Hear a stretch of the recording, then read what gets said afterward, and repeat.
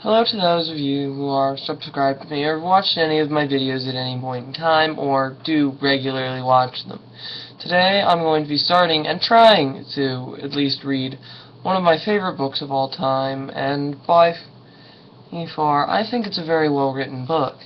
I don't know what you'll think, but yeah. It is The Lightning Thief by Rick Riordan. I read this book in about, I think, either the middle to end of 4th grade, shortly after the Battle of the Labyrinth came out, but that's not the point. I'm going to try to do 1 or 2 chapters a video, depending on how long the chapter is. I have a 10-minute time frame, so yeah. So I'm just gonna start that with chapter 1. So, for those of you who actually, I'm going to read back the book first. Percy Jackson is about to be kicked out of boarding school again, and that's the least of his trouble. Lately, mythological monsters and the gods of Mount Olympus seem to be walking straight out of the pages of Percy's Greek mythology textbook and into his life. Life, not lice. Oops. That would be bad. I'm going to scoot back, because actually... Put my chair all the way up so my head's actually on the screen. His life. And worse, he's angered a few of them. Zeus's master lightning bolt has been stolen, and Percy is the prime suspect. Yikes. Now, Percy and his friends have just 10 days to find and return Zeus's stolen property and bring peace to a warring Mount Olympus. To succeed on his quest, Percy will have to do more than catch the true thief. He must come to terms with his father, who abandoned him, solve the riddle of the oracle, which warns him of betrayal by a friend, and unravel a treachery more powerful than the gods themselves. Yeah, I really like this book, but... Scooting my chair over. But if you don't like this book, or if you've never read this book, can't guarantee you're gonna like it. It's kind of weird. The guy reminds me of myself a lot. That's one of the main reasons.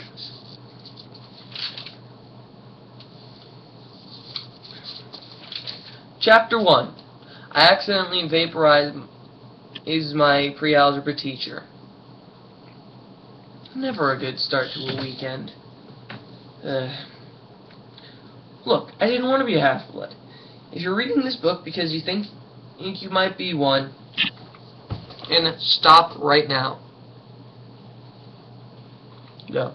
My advice is, close this book right now. Believe whatever lie your mom or dad told you about your birth, and try to lead a normal life. Well, Percy, you just killed my life. I've always wanted to be a half-blood. I thought being a half-blood would be the coolest thing ever. Mostly because my dad doesn't live with me, and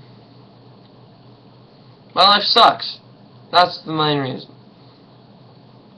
Being a half-blood is dangerous. It's scary. Most of the time, it's you killed in painful, nasty ways. If you're a normal kid reading this because you think it's fiction, great, read on. I envy you for being able to believe that none of this has ever happened. But if you recognize yourself in these pages, if you feel something stirring inside, stop reading immediately. You might be one of us. And once you know that it's only a matter of time before they sense it too. And they'll come for you. Don't say I didn't warn you. Percy, I'm not even going to start to talk about where that's all wrong. The Greek gods don't exist. I know this is just fiction. I'm serious. This is just fiction. My name is Percy Jackson. I'm 12 years old. Well, until a few months ago, I was a boarding student at Yancey Academy, a private school for troubled kids in upstate New York. Am I a troubled kid? Yeah, you could say that. Except, Percy, you're not 12 anymore. You're 17. In a few months, the book where Mark of Athena's coming out. Guess what? You're 17 in that book. Maybe 18. I don't remember. It's been like a couple of months since I read Son of Neptune. I've really got to speed this up. I've got like 5 minutes. This one will be broken into 2 parts, because I kind of think these are long-ish chapters.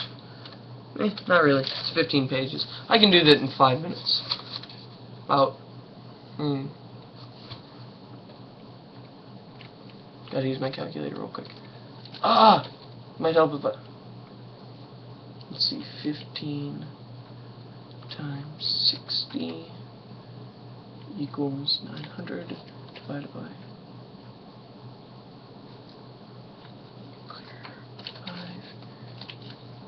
Yeah, I've got about 4.5 seconds a page. Let's get reading. I could start at any point in my short, miserable life, to prove it, but things really started going bad last May when our 6th grade class took a field trip to Manhattan. 28 mental case kids and 2 teachers on a yellow school bus heading to the Metropolitan Museum of Art to look at ancient Greek and Roman stuff. I know it sounds like torture. Most of Yancey's field trips were, but Mr. Brunner, our Latin teacher, was leading this trip, so I had hopes. Mr. Brunner was this middle-aged guy in a motorized wheelchair. He had thinning hair and a scruffy beard and a frayed tweed jacket. It always smelled like coffee. Coffee. Screw this. I'm kneeling. I'm sitting on my foot because it keeps sinking below the screen.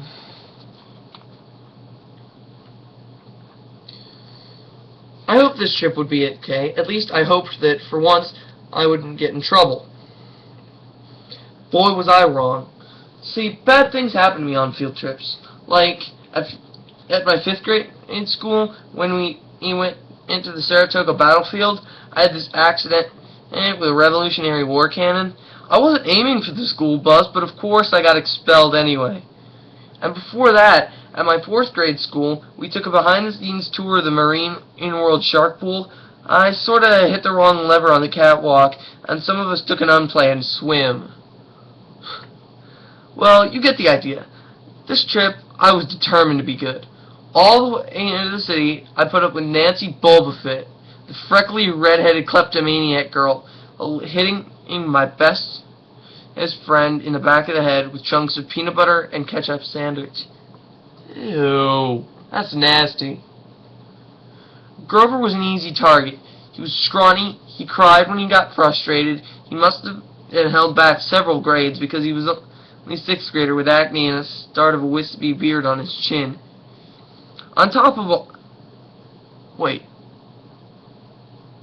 He wasn't held back too much. I mean, I'm only going into 8th, and I've got the starting of stubble on my chin. So, he's not too much older. I lost my place. On top of all that,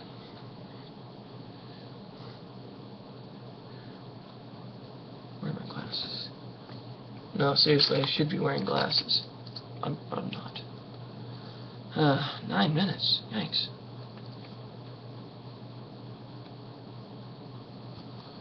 Anyway, Nancy Bulbafit was throwing lots of sand which that stuck in his curly brown hair. She knew I couldn't do anything back to her because I was already on probation.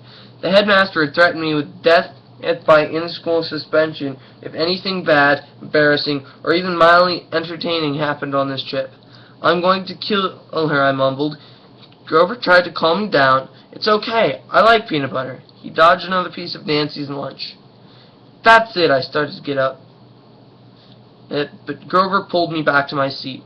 You're already on probation, he reminded me. You know you'll get blamed if anything happens. Looking back on it, I wish I'd decked Nancy Bulbafit. Right then and there, in-school suspension would have been nothing compared to the mess I was about to get myself into. Mr. Brunner led the museum tour.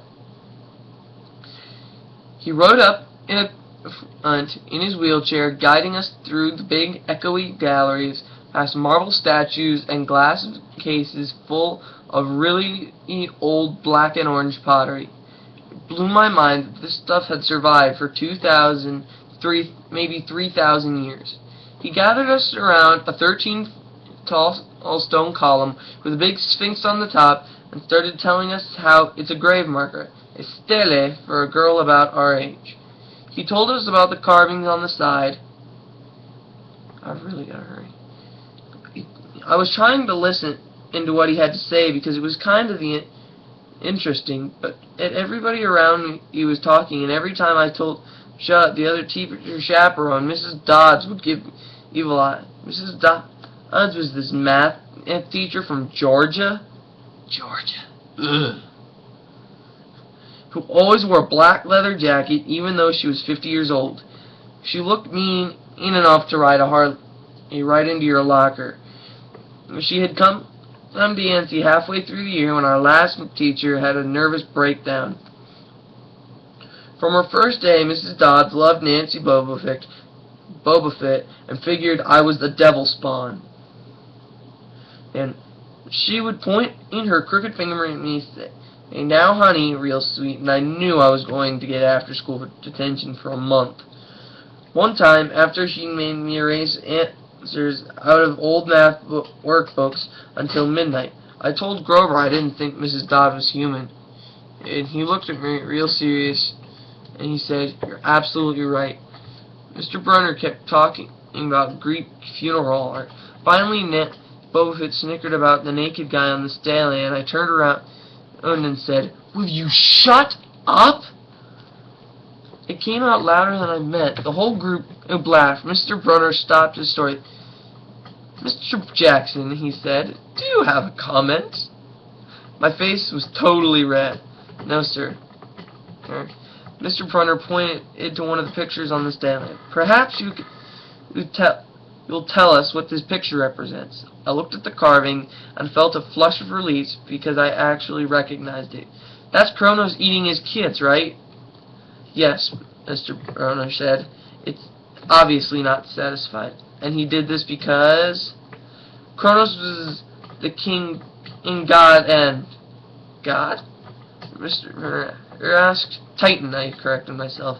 "And he didn't trust his kids, who were the gods. So, Kronos ate them, right? But his wife hid baby Zeus and gave Kronos a rock to eat instead.